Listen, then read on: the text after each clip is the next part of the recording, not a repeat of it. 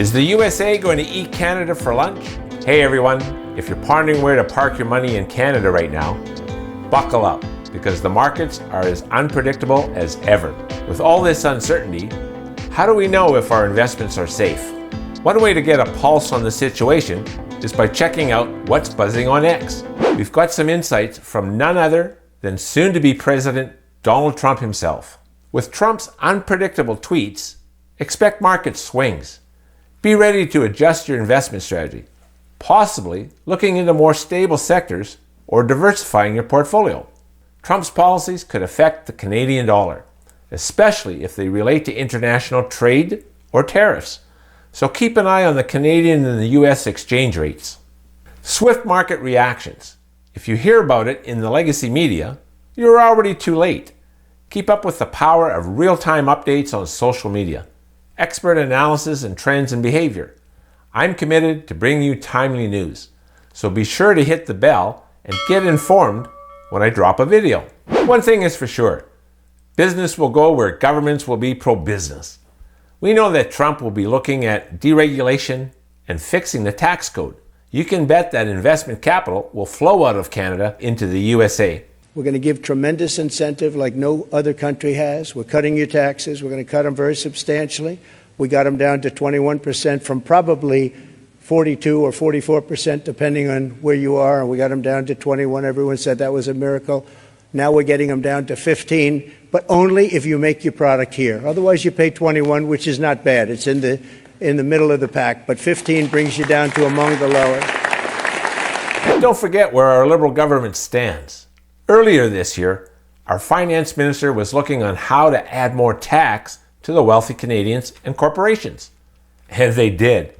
This year, the capital gains tax increased for corporations and wealthier Canadians. Until now, whenever you sold an asset like stocks or real estate, only 50% of that profit was taxable. Now that inclusion rate has increased from 50% to 67%. The Liberals need to stop overtaxing. Folks who invest in businesses, create jobs, and make our economy grow need incentives to do so. Stop draining the middle class from its sources of revenue. For example, let them run their Airbnbs and short-term rentals, for heaven's sakes. That's income for them. Stop taxing people out of their inheritance. Give folks a chance to rebuild. As part of NATO and G7, Canada keeps financing the Ukraine-Russia war. Canadians are now questioning Trudeau's prioritization of foreign aid over domestic issues. And rightly so. Some sources report that we have committed over $10 billion already in military, financial, humanitarian, and development assistance. Meanwhile, Canadians at home are sinking into despair. Canadians should be asking real questions and asking for a line in the sand. And one thing Trudeau can do right away is give quick approvals for tiny home communities. Make smart starter homes more affordable. Are you familiar with the term brain drain? Brain drain is when a country loses all its academics, intellectuals, and skilled talent as they move out of Canada to a country that offers a better opportunity. While the Canadian federal government is chasing away our doctors, nurses, and businesses, Trump is on a tear. He'll be bringing manufacturing, large industry back to the USA. And he'll scoop all of the smart people out of Canada and other countries. Because let's face it, there will be better opportunities in the USA. And trust me, Trump will figure out a way to give citizenship to intellectuals and trained professionals. I'm all for immigration, but let's be smarter about it. Why can't we actively recruit and retain brainpower and families with a trade or skills and make it easier for them to come into Canada? But stop this anti-Canadian BS.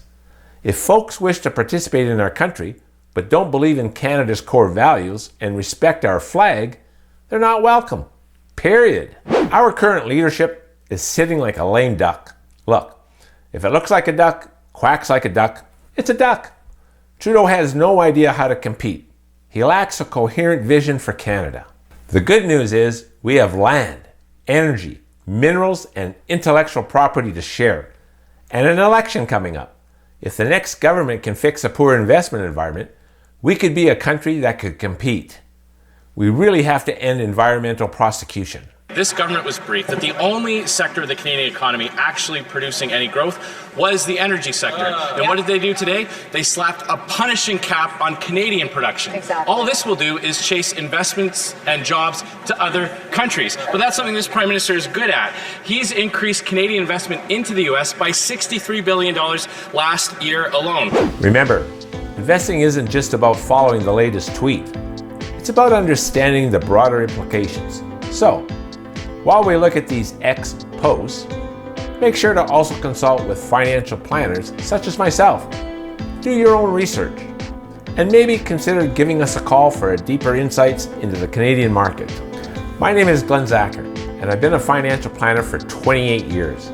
I've helped thousands of Canadians grow their wealth and protect their wealth, and leave money to their heirs, without the government putting their greedy hands in your pockets.